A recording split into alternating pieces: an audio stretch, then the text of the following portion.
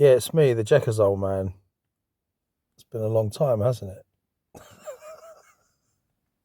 Look, I got 400 subscribers. Why don't you leave a comment? For Christ's sake. I mean, I wrote all that music as a perfectionist. All right, I had to learn along the way. There might be a few iffy bits here and there and some weird experimental stuff, but the metal is pure metal, right? And I think the last video that I uploaded, I said, oh, the full metal version of this sort of weird electro thing, the full metal version will come. And then I ended up becoming homeless. Well, kind of, on the road, living in a van. And I'm laughing, but it ain't funny all the time. But I'll tell you what, it is exquisite if one desires adventure and experience. This is the crucible. This is the real shit.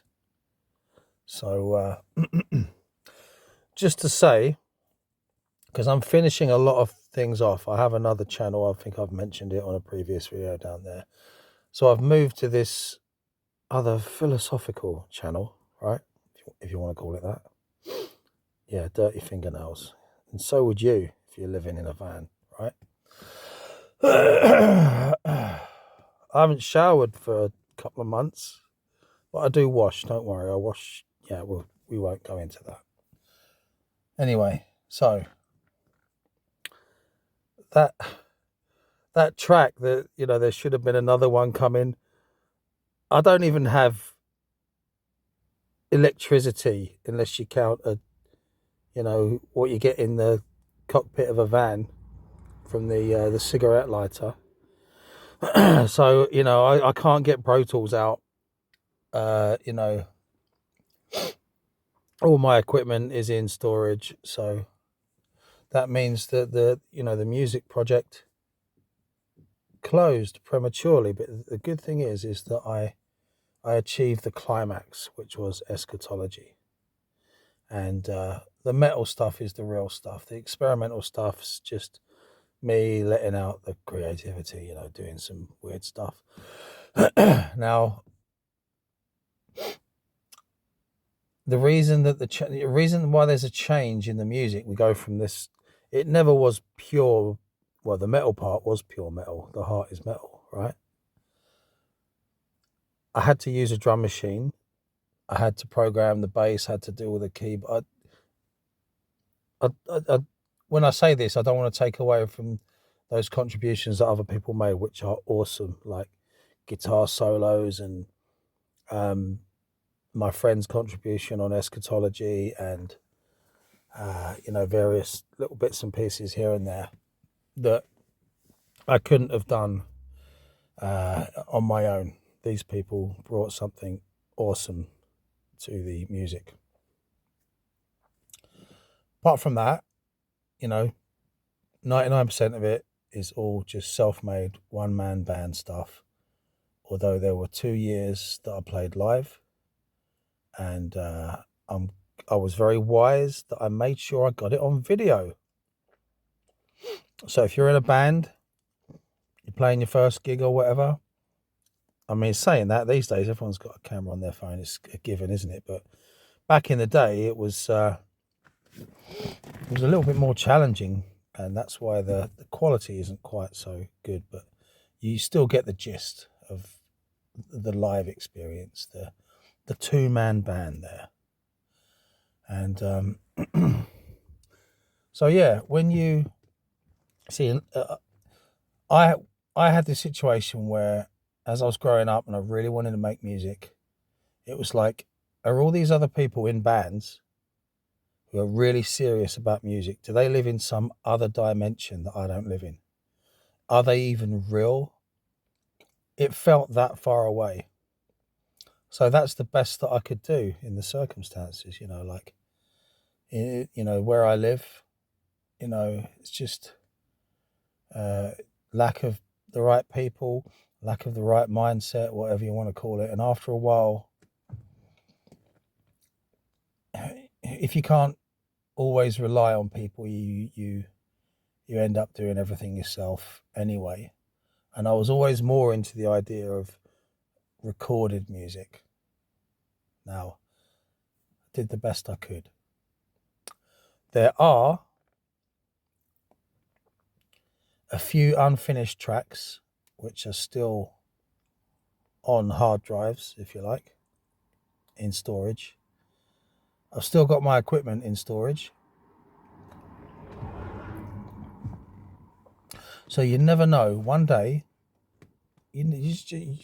stranger things have happened.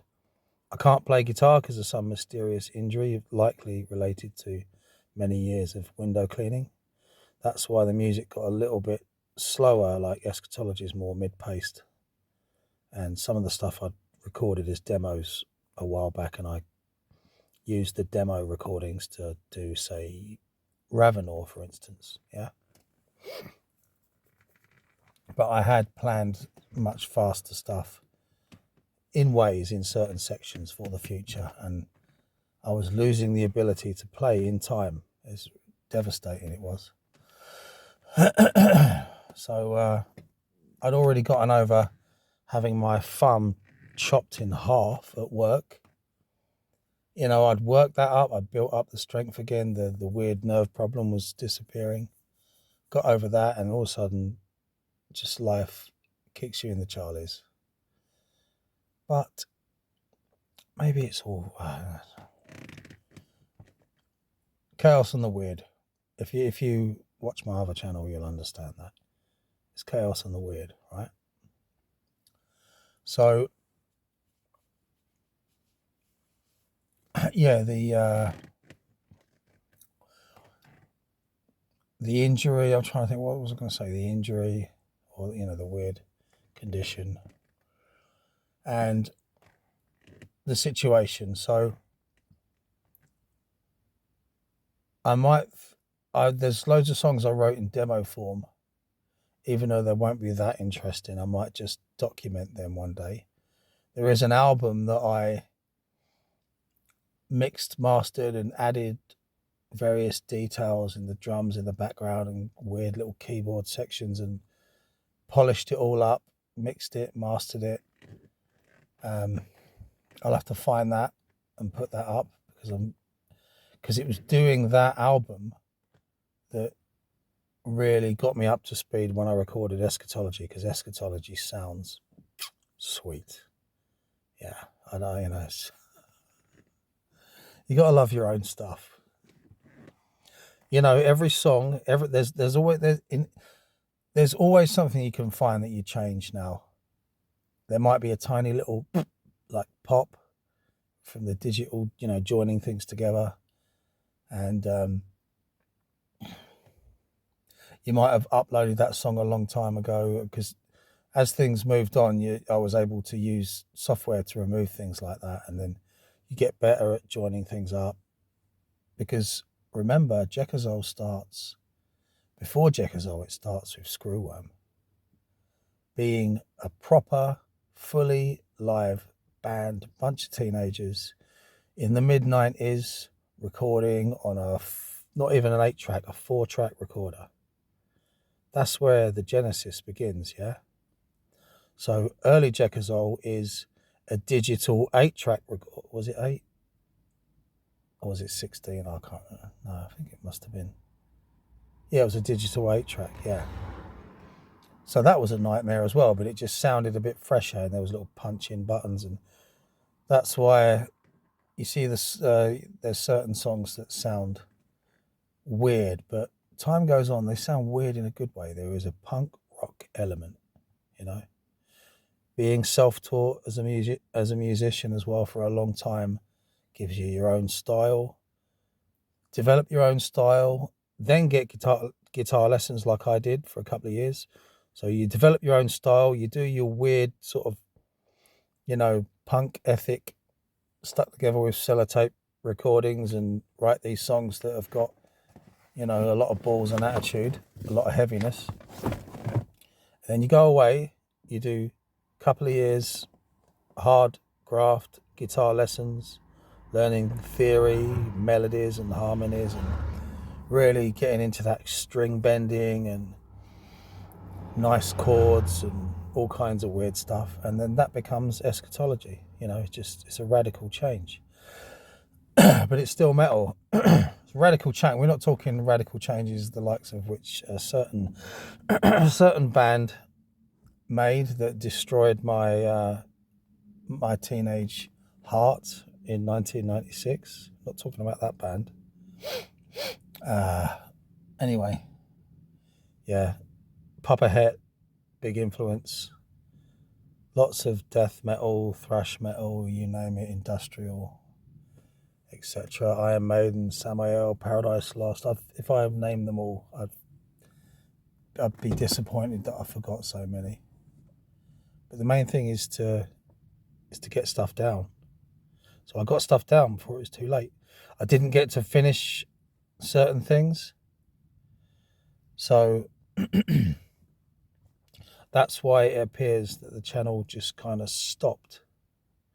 That's why I want to, in the most rough and ready way, just sitting here, turn the phone on and just explain that as you get a bit older, the things that you're really interested in, the things that you used to write songs about, you start to explore those things. And I won't explain it, but I've already put the link down in a previous video. And I don't explain it all there either. You have to fill in the gaps with your own experience. So, you see, it was smoking on and off for years and singing those Jekazol songs that messed up my voice. That's why I'm always going like this. That's why I sound like a taxi driver who smokes 20 a day. But I don't smoke anymore, so I can lord that over you if you do smoke. Shame on you. And is there anything else to say? I don't know. If there is, I'll come back in future. Oh yeah, there is one more thing. How wonderful to have experienced heavy metal from live band, fully live band, teenagers on a 4-track analog recorder to digital 8-track recorder in the the early 2000s. Then to when everyone's getting a home computer, you move to Pro Tools, but it's still kind of new. The home studio thing is still kind of new. So yeah, it's just I had the best of both worlds. So yeah, I'm satisfied with that. I think I'll upload that. And yeah,